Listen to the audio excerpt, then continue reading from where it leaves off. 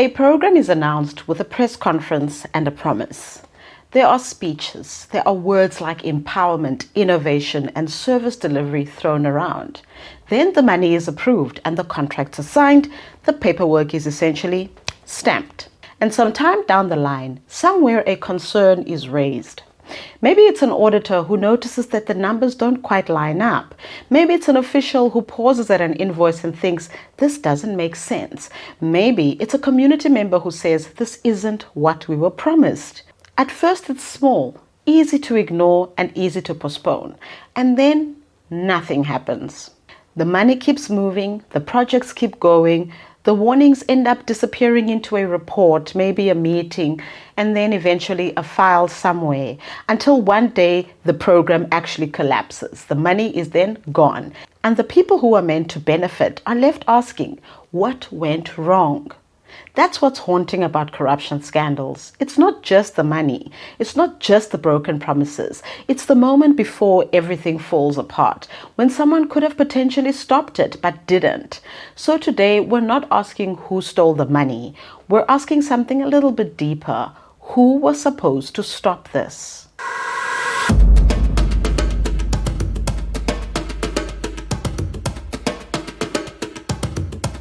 In today's episode, we're stepping back a bit, not to relive another scandal, but rather to start connecting some dots. Because when corruption keeps repeating itself, it becomes about more than just the individuals. It starts to become a story about oversight, about silence, and most importantly, the cost of no consequences.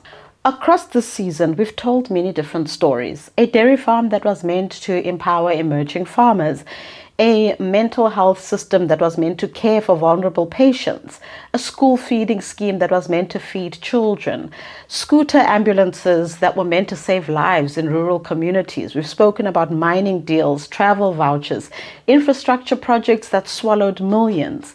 Different sectors, different provinces, different years.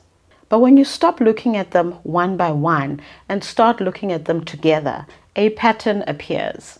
These scandals didn't fail in unique ways, they failed in the same ways. So these failures, they fall into familiar themes. Number one, when profit overrides people. In cases like Estina and the mining-related scandals, money moved faster than accountability. Decisions were made far from the people affected. Complex structures blurred responsibility, and by the time consequences arrived, the damage was already done. Secondly, when vulnerable people pay the highest price, Life Esidimeni, the school feeding scheme. In these stories, the people harmed had no power, had no access, and had no safety net. They didn't sign contracts, they didn't approve budgets, but they paid the price with hunger, with trauma, and in some cases, their lives.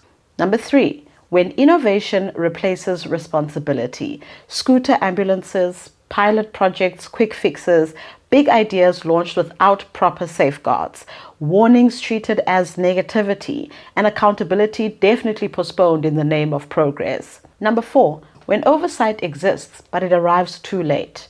Travelgate, procurement scandals, the SIU investigations.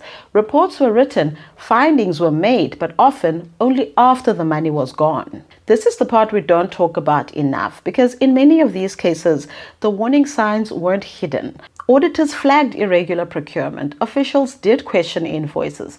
Whistleblowers spoke up. Communities complained long before the journalists arrived.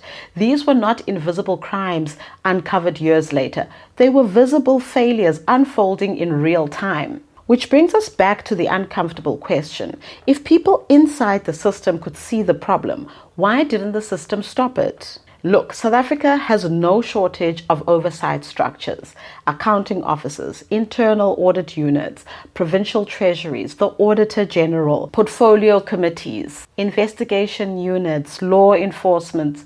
On paper, the system is strong, but in practice, intervention often comes after collapse, not before.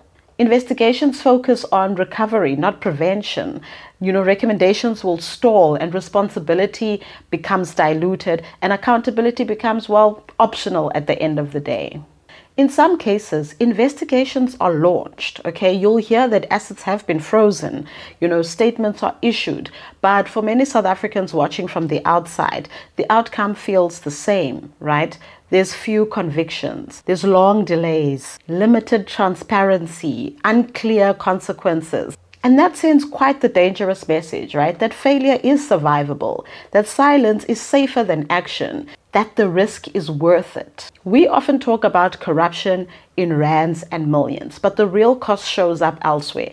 It shows up in children that go hungry, okay? In patients who wait for care that never comes. It shows up in communities that are promised development that never arrives. And slowly, it shows up in citizens who stop believing that reporting wrongdoing makes a difference. Corruption doesn't just steal money, it erodes trust and starts to normalize dysfunction. And it lowers our expectations of what public service should be. Asking who was supposed to stop this isn't about blame for the sake of blame. It's also about understanding how systems fail so that they don't keep failing in the same way, because democracy doesn't end at the ballot box. It depends on constant oversight, on institutions that act early, and on a public that keeps asking uncomfortable but very important questions. So after all the stories we've covered on Wait, What Happened, here's the question I want to leave you with. If the warning signs are visible, if oversight structures exist, if investigations confirm the failures, why does stopping it always come last? And more importantly, what would change if prevention mattered more than damage control? Because until accountability arrives before the collapse, the question won't be, will this happen again? It will be, who will be affected next?